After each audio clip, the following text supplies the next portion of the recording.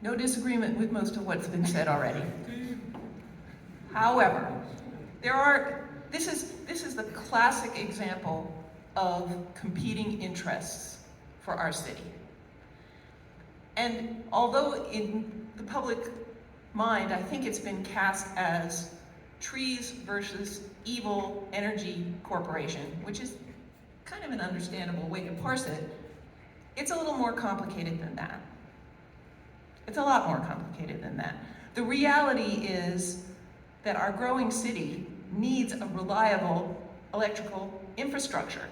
And what we have now, the current substation, is 50 plus years old and past its reliable life.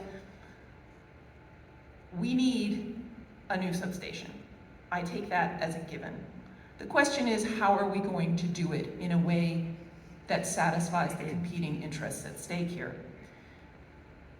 For one thing, my understanding is that Duke is planning to replace the current substation with one very much like it, not with a modern gas-enclosed station, which is much more reliable, much safer, much more dependable, and much longer lasting. It will have a longer lifespan. Why is that? Well, they say they don't have the people who know how to operate them.